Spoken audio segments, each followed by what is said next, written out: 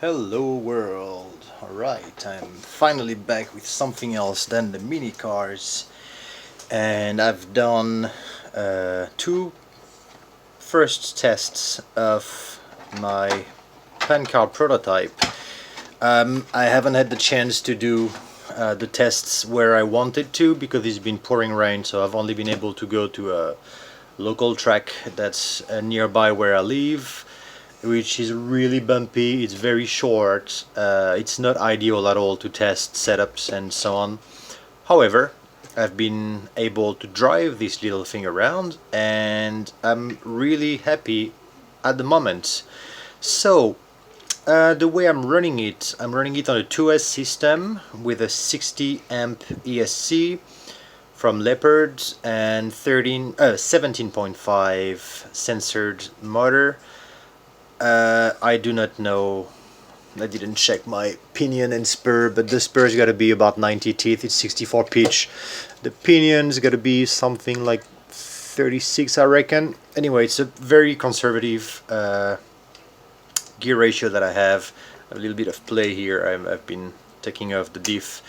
We're wearing the Speedmine tires front and rear. I have the R6 from Power HD over here. I have my Futaba receiver, and I'm running at the moment with super shorty 2S LiPo, so that just fits. This way it's almost like a square, but it's a little bit longer this way, the way I'm running it at the moment. And I haven't done any play with the settings in the car really, because I'm really waiting to be on a nice and flat and long track where I can actually feel the difference. But I've been able to see the way the car drives and feel the way the car drives. It's very predictable.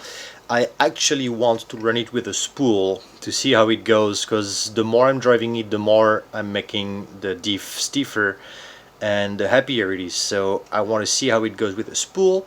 I have raised the front here a little bit, so the front plate is a little bit angled this way.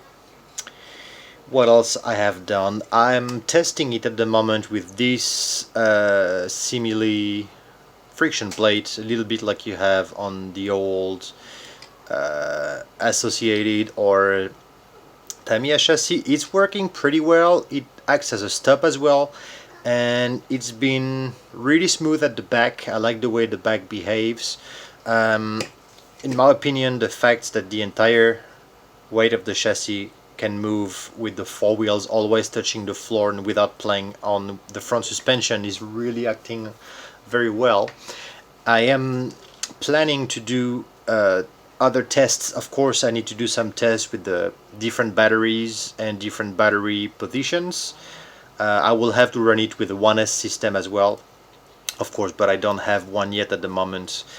And the next thing that I'm going to test, you see at the moment those battery mount and body post mounts don't have a hole here, so I 3D printed a little place to put over here, and I have another plate that have a bunch of holes, and I'm going to run 3 roll dampers like that. So I'm going to have one that is going to link to the center here, and then I'm gonna have one on each side over here. So pretty traditional, the only difference being that the plate, the chassis plate, is what acts as a spring in this car, so there won't be a spring. As of now there is no spring at all, and the only thing is this this is 3D printed, but it is smoothed on both sides under here, and there is grease here, so it's acting pretty well. I'm actually pretty happy with the way this goes. So this is the same, there is no spring except for the chassis plates. The longer cut here that I've done compared to the track, I'm pretty happy about. And actually the main issue that I had with this car was this guy. So this is the BT Design forward cab body, which is a body I really like the look of, but I'm not really happy about the way it performed. I believe originally the wheel arches were punching on the tires and the braking, and the car would always slide around. It drove really well without the body, except I didn't have downforce. So I've made more drastic cuts at the back and it went away, but I feel This is not a very aggressive body. I would like to have more downforce, especially at the rear. This is quite a progressive wing at the back over there, so I'm going to test. I'm preparing this body now, which is the RMO1 Porsche Newman body, and this is really more aggressive at the back. The wing, it's as well a longer body, and the fitment overall is actually better than on the BT design, the width and everything, because this car is quite wild. It's, I think, exactly 170, maybe a bit more, and so this is you see you have like 1.5 mm sticking out over there.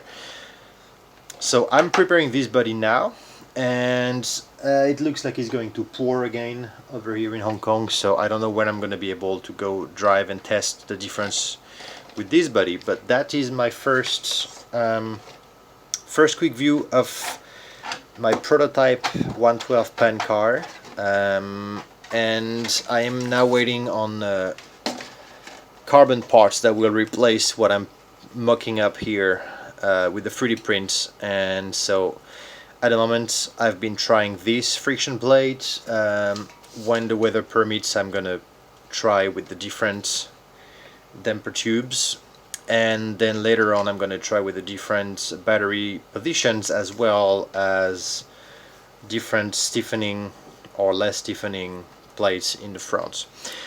Other than that, I'm positively happy with the aluminum pod that I have at the back.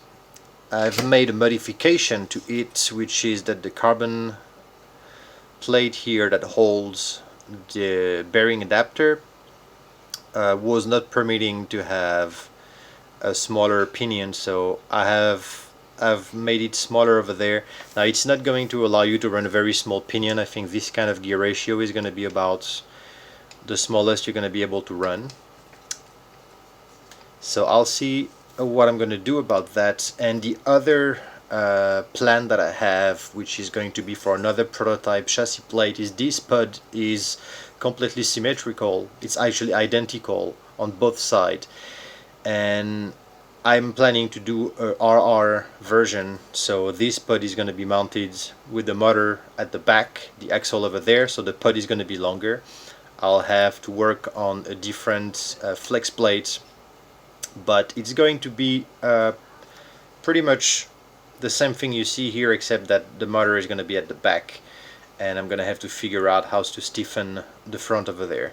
But I think this is going to be pretty cool to have a RR pan, especially with all the weights that I have. You see the servo is in front of the axle, so the front is really balanced, it's extremely responsive, it's extremely alive, and with all the options that they are over there to make the front sway on its own or not, to change the caster, then the front is really good. I think I need to have a little bit more toe in the front, and that's about it. So here you go for my little updates about the 112 pancar prototype that I'm working on, and very soon I'm going to be able to do some updates on the trike as well, because the trike is gonna be redone with all carbon, aluminium and plastic front ends, as opposed to a lot of 3D printed part that I have at the moment. Right, so here we go. That's it for now, and I hope that's been a bit informative. See you next time. Bye bye.